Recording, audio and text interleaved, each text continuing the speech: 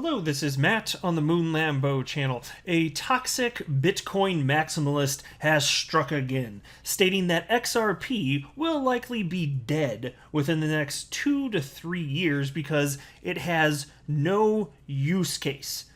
And so, for anybody that understands XRP and the XRP ledger, and the nature of decentralized cryptocurrencies in general, and some of the let's say technological attributes or lack thereof regarding Bitcoin, if you understand just even some basic stuff, you would hear what Max Keiser had to say, and it would strike you in such a way that you could only ask, is Max Keiser ignorant? As in, he literally doesn't know that what he's saying is not true, or is it worse than that? He's an outright liar and deceiving his massive audience. Now, either one of those is bad, and it is one or the other. I don't know which it is. You know, you want to hope that somebody wouldn't be acting in such an unethical manner, but I don't know what's in this guy's heart and mind. I just know he's wrong and doesn't make any damn sense, and it's on a notable level. I mean, he literally thinks that once this is all said and done, there will be one cryptocurrency, the rest will no longer exist, and there will also be no other fiat currencies. Think about that. No fiat. So literally Bitcoin for everything. Now, never mind the fact that it's slow and it's energy intensive and it costs a lot per transaction. Don't worry about any of that. We'll fix that on layer 2 perhaps, right? It's just Bitcoin because it's and it's so funny to me because it's technologically the least efficient. And so I'm going to run through Max Keiser. I got 2 quotes from Max Keiser I want to share with you. And then I'm going to share with you a quote from a Ripple customer that utilizes on-demand liquidity, which does require the usage of XRP. It doesn't work without it. And then I'm going to share with you some comments from David Schwartz, who is Ripple's CTO, and he's co-creator of the XRP ledger. So plenty to talk about. But I do want to be clear that I don't have a financial background of any kind. I am not offering financial advice, and you definitely should not buy or sell anything because of anything that I say, alright? I'm just an enthusiast who enjoys making YouTube videos as a fun hobby, but that's all that's going on here. And so Max Keiser, he's famous for a number of things, particularly in the world of crypto, but he's also a co-host on the RT network, which is an English-speaking Russian network, and he hosts Keiser Report on the RT network, is a former stockbroker, inventor of virtual specialist technology and virtual currencies, which made me laugh given that he thinks that it's Bitcoin, one coin to rule them all. So I don't know his history in creating virtual currencies, but that's what it says on the RT website here. He's also co-founder of the Hollywood Stock Exchange and a Bitcoin pioneer.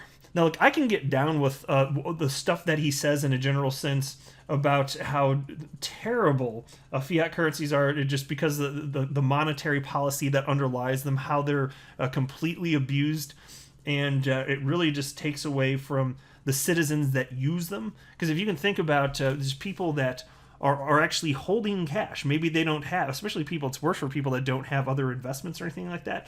If you just hold cash and that's it, then the government is reducing your worth on a daily basis because inflation just creeps up over time, averaging typically historically somewhere in the neighborhood of about 2% per year, but it can be higher, and it may well be with at some point with the degree to which the United States dollar in particular is being debased. Just like I can get down on all that stuff. But when you get into toxic territory and the one coin to rule them all crap, I gotta call BS on that. Like, this is nonsense because different people want different things. Different cryptocurrencies will have different attributes, and people be incentivized for different reasons to adopt various cryptocurrencies, even for non-technological reasons. And so to pretend like none of that's going to happen and the world's just going to harmoniously come together and utilize Bitcoin for everything, even though it functionally doesn't work today, no, this is a fantasy land nonsense thing. And mind you, I'm long Bitcoin, I'm pro Bitcoin, but I acknowledge the technological shortcomings. And so there was an XRP community member named Spiritual Warlord who on Twitter shared a couple video clips, including this one he shared yesterday. Or I guess, well, no, technically it was today as June 30th. It was just way in the early AM hours. But I retweeted that. And so I wanted to share with you the quote here. Here's the first one. And this is absolutely bonkers stuff. But he's wildly famous. Like, by the way, just so you understand, he also has like over 350,000 followers on Twitter. People are listening to this guy, and he's absolutely misleading them. So I don't know if it's intentional or not, but what he's saying is not true. And so it's all a disservice to anybody that likes, respects him, and enjoys following him. It's not good. He should know better. He's been into crypto for over a decade. I found out that what he's saying was not true in less than a week after I jumped into crypto in November of 2017. And so here's the first quote. We're having some fun, kind of as a victory lap, because we won, We won this race. All the fiat money's on the back foot. Gold is not doing anything. The altcoins, as they're called, whether it's BCH or BSV or Ether or Cardano or XRP, they're all now have been pretty much shown the exit because they claim to do things that Bitcoin can't do. But now Bitcoin has proven that it can do everything that any of these things can do, but it can do it a lot better. So there's no use case for those altcoins whatsoever.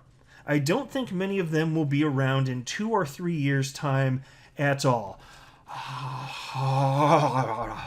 Audible sigh and a facepalm. Can you hear it? That. I hope it's picking up. I did another facepalm just for you. I wanted it to be audible. This is stupid. STOOPID. Stupid. No, Bitcoin.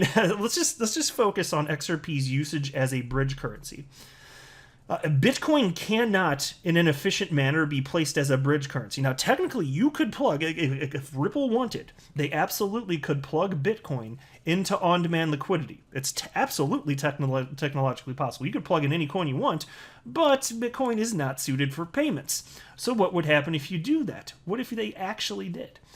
Okay, well, you'd run into problems because, consider this. I've seen Bitcoin fees firsthand of over $50. Now, consider that many remittances are in like the $100 to $200 range. Can you imagine that you send a remittance and then Bitcoin's a bridge currency and then $50 goes to miners? And then that doesn't include like any of the, like if you're using a remittance firm or any other intermediaries, they still have to get some sort of small cut. But imagine that $50 of it goes to Bitcoin miners. What in the ever-loving hell is that? Like, that does not make sense. And Bitcoin transactions during extreme network congestion can take over a day. And you think about XRP. It costs fractions of a penny for a single transaction, and it settles with finality on the XRP blockchain within 3 to 5 seconds typically. There is no comparison. You cannot do. And so here he literally is saying stuff that is not true. So is he lying or is he clueless? And if he's clueless, how has he been in the space for a decade and doesn't know this? This doesn't make any damn sense. And if he even tried to say Lightning Network, my gosh, no. That would really grind my gears, folks, because Lightning Network doesn't freaking work.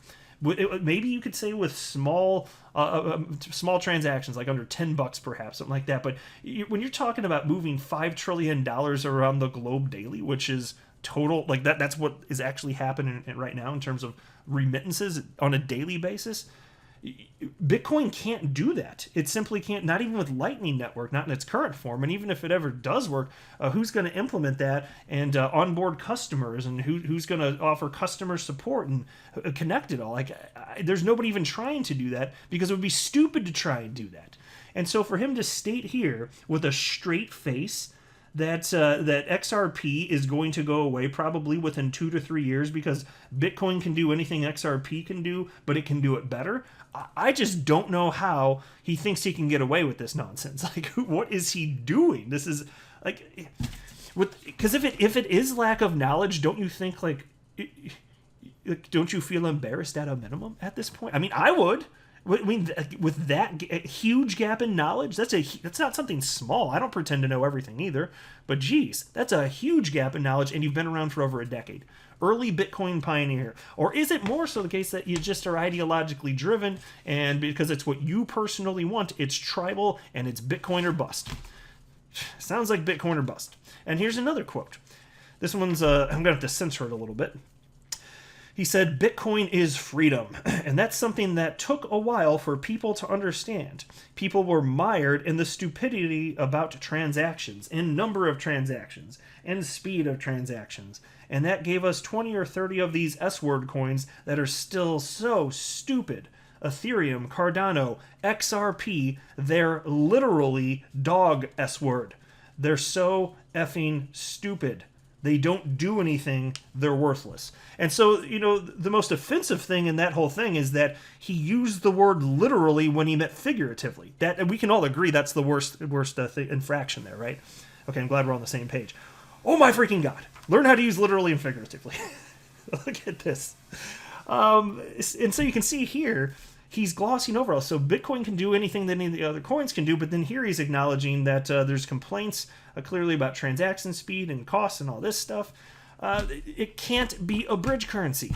Not efficiently. If you want to add more friction, then technically, yeah, you can go ahead and plug it in. You can plug in whatever the hell you want. It's just not a good idea, and no one's going to like it, and you're not going to get customers to use it. But here we are. This is where we are in the world. And Ripple, utilizing XRP as a bridge currency, it's such a force for good. It's helping some of the poorest people on the planet save money. And he doesn't care. He just wants Bitcoin or bust. That's all we've got here. And so I would want to point this out to Max Keiser. This is a piece from the Crypto Associate titled Ripple on-demand liquidity customer Mercury FX confirms on-demand liquidity usage and teases exciting news. Now, this is from, I think this is old news, but I just wanted to highlight a quote from it. I think it was from over a year ago, wasn't it? I don't see it. Is the date on the screen? Am I just blind? Maybe it's actually on the screen and I'm scrolling and you guys see it and you're like, Moon Lambo, it's right there. For some reason, I'm not seeing. I could have sworn it was here. Either way, this is definitely over a year old. But I just wanted. There's a quote on here that I wanted to share, and this is from what's the guy's name? I think it's the CEO here. Yeah, there we go. Alistair Constant, CEO. This is the CEO of Mercury FX. So this is a remittance firm, and so they have jumped on board. They've been around for some time. One of Ripple's earliest customers. And I think they jumped on RippleNet without on-demand liquidity first in 2019. But anyway, so they've got offices in London, Hong Kong, South Africa. And so they're focusing on corporate and high transaction customers. And so here's the quote from the CEO. But to really grow, we wanted to target anyone who needs cross-border payments. Disruptive technology like blockchain does not come along too often. When we discovered that Ripple could help us settle payments 100 times faster and at a fraction of the cost, it was a game-changing moment. Now, Max Keiser, could you explain how Bitcoin could solve the problem that XRP solved there even better than XRP solved it? What would you do to satisfy this Ripple customer's needs and wants even more than Ripple was able to with XRP? Could you just let me know? Because if this customer, they could be utilizing this better Bitcoin technology, and there's a way to plug it in right now, and it can do everything. Bitcoin can do everything that any other coin can do. Don't you want to let the customer know so that they stop making this terrible mistake utilizing on-demand liquidity and XRP?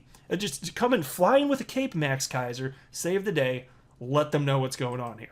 And so then there is this piece written by David Schwartz, again, Ripple CTO, co-creator of the XRP Ledger, titled The Inherently Decentralized Nature of XRP Ledger.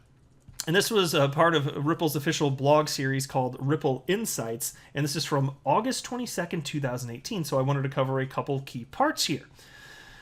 I would tell you, I would pay to see a conversation where Max Keiser sits down with David Schwartz, though I have a feeling that Max Keiser would get frustrated because he gets a little heated, he gets a little emotional about stuff, and so I think he'd probably, because I've seen him debate people, I think he'd just stand up, start pacing back and forth, and then yelling really loudly, and then not listening to David Schwartz, because I've seen him in debates. That is what inevitably happens. And so anyway, here's what David wrote. The topic of decentralization and blockchain is wildly nuanced, misunderstood, and, frankly, evolving. Bitcoin and Ethereum are currently viewed as the gold standard for decentralization, meaning they are architected in a way that no single individual or minority group can dictate rules or rewrite transaction history. The power of blockchain.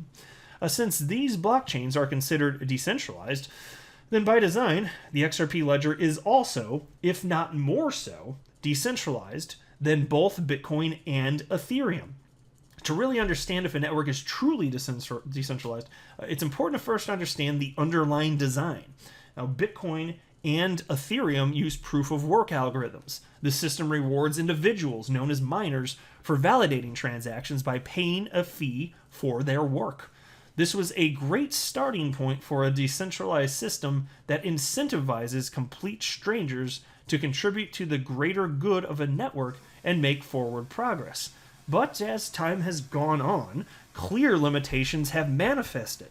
Blockchains that use proof of work can be subject to centralized control, where a few miners have significant control over the system. The XRP ledger uses a consensus protocol that relies on a majority of validators to record and verify transactions without incentivizing any one party. And then in parentheses he writes here, this is one of the main reasons why I began working on XRP ledger more than 6 years ago. Yeah, and so I'll also state this too. He's worded it other ways before. Like basically what he stated he was trying to do is just create a better version of Bitcoin. That's effectively what he was going for. And they always had some sort of idea that it would, loosely at least, that it would be used for payment somehow. But at the time it was being created, they just wanted a better version of Bitcoin because they're fans of Bitcoin, yes, but they saw the shortcomings and how, if adopted at scale, they would really rear their ugly heads. All of these problems, all these technological shortcomings. And so then David Schwartz continues. Validators are different from miners because they aren't paid when they order and validate transactions. Today, these validators operate at locations across the globe and are run by a broad range of individuals, institutions, asset exchanges, and more. Put simply, the XRP ledger is based on an inherently decentralized democratic consensus mechanism which no one party can control. And then he wrote, and as far as transactions costs, and this is fun too. All this is fun to me though. Inherently, miners for Bitcoin and Ethereum want the cost of transactions on the ledger to be high to increase the reward they receive. This behavior drives up the cost of each transaction, rendering the digital asset less attractive for real-world use cases like payments. Well, how about that? So do you think Max Keiser's right and Bitcoin can handle payments better than XRP? Or do you think David Schwartz is right, who was a literal genius and created XRP, and who says that XRP is better suited than Bitcoin for payments? I think anybody that is not biased will come in with an open mind will see clear as day that Max Keiser is spewing nonsense. He's saying untruths, whether it's a lie or whether it's from ignorance, which would mean that it's just an untruth rather than a lie. I don't know for sure, but it's really bad either way. And then David continues. This was not so apparent in the early days of Bitcoin because transaction fees were dwarfed by the block reward. However, as the block reward drops, the interests of miners and other users will likely continue to diverge. Users cannot ignore the desires of miners because a blockchain based on proof of work that cannot incentivize enough mining cannot remain secure. So the XRP ledger encourages the opposite behavior. Those using XRP and the XRP ledger are able to make progress without mining, saving significant compute power and time. Also, a built-in system called fee escalation is part of its consensus protocol and helps to regulate fees overall. This means lower costs and faster transaction times for XRP compared to other digital assets, the attributes that make it the most useful asset for settlement. There we go. But as far as Keiser's concerned, it's just dog S-word. And then he had to throw in the F-bomb there for dramatic effect there. Oh man, I can really feel your emotions, Max Keiser, which means you must be right about everything that you're saying because you say it so passionately. It's very attractive and seductive. Concentration of control. I'm not going to read this any further, but I did want to highlight this before wrapping up here. If you look at this, here's a little graphic here on your screen. As far as Bitcoin is concerned, and this was, again, as of 2018, so the numbers are actually better for XRP now, because XRP and the XRP ledger has become more decentralized over the last nearly 3 years. And so Bitcoin, 4 mining groups control 58% of Bitcoin. Ethereum, 3 mining pools control 57% of Ethereum. XRP. Ripple runs only 7% of validators on the XRP ledger. And so it's even less than that now, mind you. There are more validators, and fewer of them also run by Ripple. Like Ripple's has been shutting their validators down, as more have validators having nothing to do with them had entered the ecosystem of XRP, the XRP ledger, because Ripple is absolutely genuinely interested in decentralization, and so it's just fascinating to just compare these technologies. It's not even close. And so I'm not saying Bitcoin's not good for anything. Maybe. Although that could end up being the case. I'm not 100% certain that it will be around forever, but it could be. It very well could be, and I'd prefer it be around forever, to be honest with you. I'm a Bitcoin holder. But if it is, it may just be the case that all it ever is a store of value, but I still have trouble with that a bit, because if it doesn't ever do anything else, wouldn't you think that as there are other cryptocurrencies that functionally are useful, and they, like, businesses are using them to conduct their business models, and they're required to conduct those business models? If somebody wants to use invest in a digital currency, a digital asset, a cryptocurrency, to diversify, don't you think that they'd feel more confident investing in something that is functionally used? Because then when that happens, that cryptocurrency also has the added utility of store of value. So then you got to question, why would the store of value continue to go into Bitcoin if it never does anything else? And I'm just curious. I mean, maybe it'll be the case that it will be number one in terms of market cap forever, just because it's the first. Because I do know in life there are certain things in life where standards matter, and it's hard to supplant a standard. And Bitcoin is number one in terms of market cap, so it's become the standard for digital use case for store of value. So maybe it'll be around forever. I'm not 100% sure. I'm not. And I just think that people that are intellectually honest, if they think through it, I think it's pretty reasonable to come to that conclusion. Even if you strongly suspect, like, there's over a 90% chance, 99% chance maybe that Bitcoin's going to stick around, can't you just acknowledge that there's at least some chance that it won't? Because I acknowledge that for Bitcoin and for XRP. Just because I think XRP is likely to be around based on all available information for decades or longer, just because I think it makes sense and could happen, it doesn't mean I'm 100% sure of that, because I'm not. I could be wrong about, or things could change, and I always reserve the right to change my opinion, and XRP could go to zero. I just don't see that happening based on all of the information available today. And in fact, XRP is one of the most, if not the most, useful cryptocurrency on the planet, utilized in enterprise-grade software today. What other crypto can you say about that? Not a whole lot, right? And so to me, it's amazing seeing all of this unfold and seeing some people that just have heavy Bitcoin bags just refusing to acknowledge the truth, but this is the world we live in. I prefer to interact and discuss interesting topics like cryptocurrency and Bitcoin and XRP with people that are intellectually honest rather than tribal and ideological. It's more fun to engage with people that are intellectually honest, and I'm not convinced we have that here. Not with Max. Now with David Schwartz, yes. That's for sure. But let me know what you think. I'll wrap up here. I am not a financial advisor. You should not buy or sell anything because of anything that I say or write. That would be a very, very, very bad idea. Until next time, to the moon, Lambo.